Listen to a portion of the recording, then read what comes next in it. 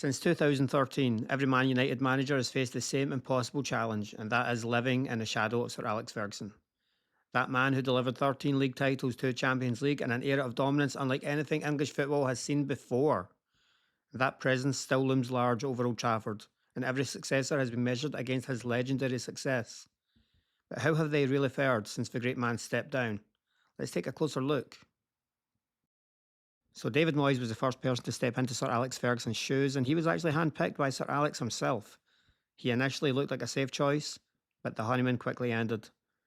In just 51 games, he managed only a decent but unspectacular win rate and led United to a 7th place league finish, which was their worst in the Premier League at that time. Marouane Fellaini and Juan Mata were the only big signings in a summer where we were after Bale, we were after Fabregas. But you have to remember, David Gaal left as well as Sir Alex, and that meant we were left with Ed Woodward making all the decisions, trying to sign the players, and we all know how much of a fucking dickhead that guy was. Fans grew disillusioned, protests flared up, and the Chosen One banner became a mockery. Moyes never felt like he truly belonged, and the club pulled the plug after just 10 months. So next up, it was Louis van Gaal. He was arriving in 2014, tasked with restoring order and regaining the trust of the dressing room. Over 2 seasons, he achieved a win rate in the low 50s and delivered one trophy, the 2016 FA Cup. He brought in big names like Di Maria, Herrera, Falcao. But his football was garbage. Heavy, possession-based, zero attacking intent. He would literally hold on to the ball all game and be happy if he could scrape a 1-0 win in the last minute. When he was shown the door after winning the FA Cup, a few days after winning the FA Cup, the message was clear. Winning wasn't alone when you're a Manchester United manager. You had to play with a certain style, and it needs to be attacking intent. It can't be that boring sideways passing, backways passing rubbish that he was trying to deliver. Now comes along José Mourinho. He was brought in to win, and he did win. Appointed in 2016, he immediately delivered the Community Shield, the EFL Cup and the Europa League, giving United their first European trophy since 2008. His football was pragmatic, boring if you will, often defensive, but it got results. He signed big players, Lukaku, Zlatan, Pogba. They brought star power, but behind the scenes, they brought problems as well. We all remember Pogba getting stripped of his captaincy and that training ground bust-up that was on cameras the next day. That was just one of the things that we saw. There was loads happening that we did not see. By his third season, results and relationships soured. United were mid-table.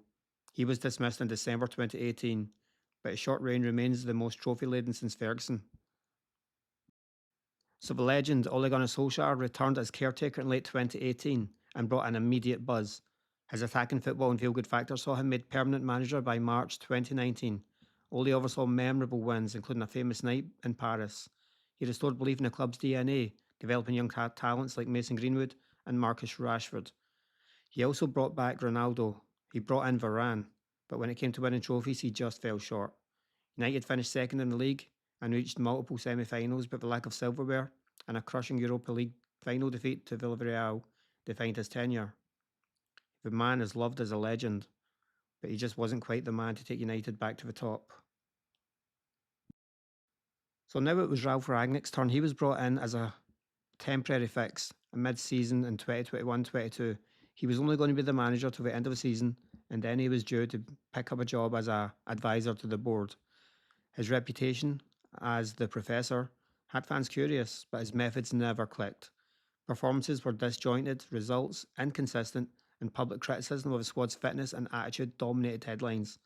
In just 29 games, his side won 11 times, and he openly admitted the scale of United's rebuild needed was far greater than expected. His role as consultant never materialised, and that's because he spoke the truth during a press conference, and he said United need open heart surgery. It's not a quick fix, and it's going to take a long time. The club didn't like that. They saw that as criticism, and they got rid of him. But he was right. The club was in a mess, and it needed fixed, not just a temporary band-aid. Now, Ten Hag arrived in 2022 with a vision of high-pressing, possession-based football, all stemming from his Ajax days where they played some amazing stuff. His first season brought optimism, lifting the EFL Cup, reaching the FA Cup final and finishing third in the Premier League. He made bold signings like Casemiro, Martinez, Højlund, and obviously a shit-show signing like Antony. He tried to blend youth and experience, but inconsistency in big games and a shaky defence and high profile off-field issues kept pressure on him. Those issues were not getting along with Ronaldo, Sancho being a little dick and not wanting to play, and obviously Greenwood with all his troubles and drama that he brought. Winning the FA Cup in 2024 offered another piece of silverware, but more questions remain about Ten Hag. Can he sustain this success? The club decided no. It was a terrible start to the following season, and he had to go. He was out in October 2024. And now the latest challenge begins with Rúben Amorim. Still early days in his reign, but signs are promising.